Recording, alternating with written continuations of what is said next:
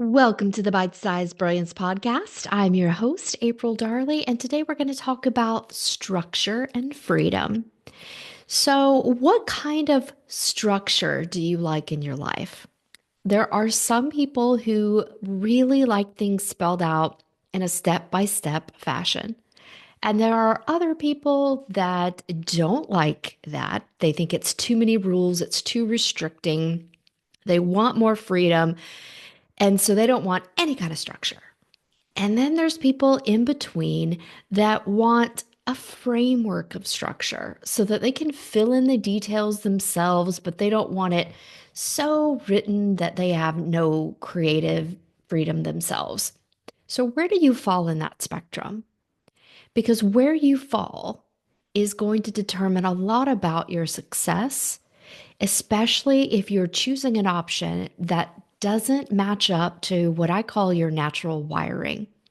So let me give you an example. Recently, I'm doing a 2024 year end review and I'm taking a look and going, what did I hit? What goals did I hit? What did I miss? And evaluating what I missed and really looking at what I could do differently to achieve that goal. And part of what I realized is that I had an unhealthy relationship with structure. Now, I would tell you that I like a little of that in between structure. I like an outline so I can fill in the details. I don't want to stare at a blank page and create everything from scratch with the ultimate freedom. But I also would tell you that I didn't want a step by step system either.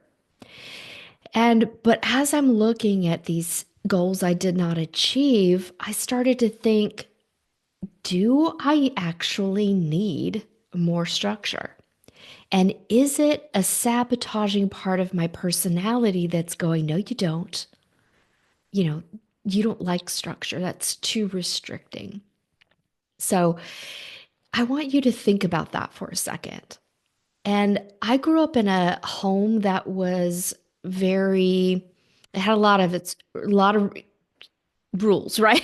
It was just very rigid. I'm trying to find the polite words to say in my head right now. But there were a lot of things that I wanted to do that I could not do. And I'm still unwinding some of that stuff because when you grow up with parents who have their own operating systems, but yet they're in complete control of you, a lot of times you don't get to express and display your own natural hardwired characteristics until much later as an adult. And by that time, some of that has been conditioned out of you in some way. Nature versus nurture is a real thing. So, part of what we do as an adult, especially in my practice, is we're starting to look at the blueprint of you versus the conditioned you and figure out where they match up in a helpful way and where they have conflicts in a harmful way. So, if I look at my natural wiring, I actually like some structure, but I had a traumatic experience to structure. And that's why I went with the middle option of just give me a little bit, but not too much, right? But when it comes to achieving goals, that wasn't actually helping me, it was hurting me. And I thought structure meant heartache or suppression because that was my experience. So, of course, I'm going to rebel against that experience. And every one of us has a maverick personality somewhere in us, and it's going to show up. And the maverick archetype likes to sabotage things, and it might blow up perfectly working systems just because it's bored. So we always have to be on the lookout for that saboteur. And for me, that's where my maverick shows up is freedom. And if I feel that I'm not being able to express myself, the maverick comes in and destroys all kinds of things. So, what is it for you? What do you think in a perfect world where you had all the time, money, energy in the world, do you actually need a step by step? Is structure freedom? And if you want to scale your business in a sustainable way, one of the things they tell you is you need to automate, you need to have systems and structures in place. But if your saboteur is rising up and going, no, I need to have freedom, then you might resist what could give you freedom. And that is a structure where everything is lined up in a stepwise fashion. Now, if you are naturally hardwired for someone who doesn't have a plan and you just wing it, right? Examine how well is that working for you. There are some people that do fantastic with that system. They're very open and adaptable and changeable to life, and they have learned to work with little to no structure. But there are other people, when they try to operate with little to no structure, it actually creates anxiety for them because they're missing things, they're missing appointments, they're dropping deadlines.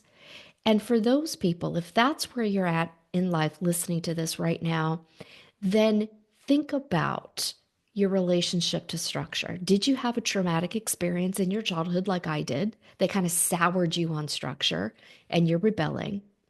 Or even if ultimate freedom is your natural wiring, can you allow some structure to come in to help you and not look at it in a negative way? And if you're in the middle, this outline structure, you can have some anxiety and procrastination with that as well if you're not taking initiative to fill in those missing steps and to make it your own. So that can be your saboteur. Yes, you've got the outline, but are you being proactive? Are you actually moving forward? And if not, then you also may need something in a step by step fashion just in that area of your life. So, structure is a funny thing, freedom is a funny thing. And believe it or not, we all crave freedom as a human, it's what we want. But when we have too much freedom, we can get overwhelmed and anxious because that doesn't make us feel safe. Because if you had every option in the world, you suddenly start to second guess yourself and go, what if I choose the wrong thing? What if I choose this and don't like it?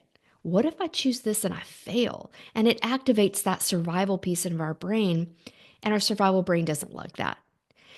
So, for some people and for some circumstances, limiting your options is the ticket to move you forward. And that may not seem like freedom, but it may be the very thing you need to create freedom in your life, right?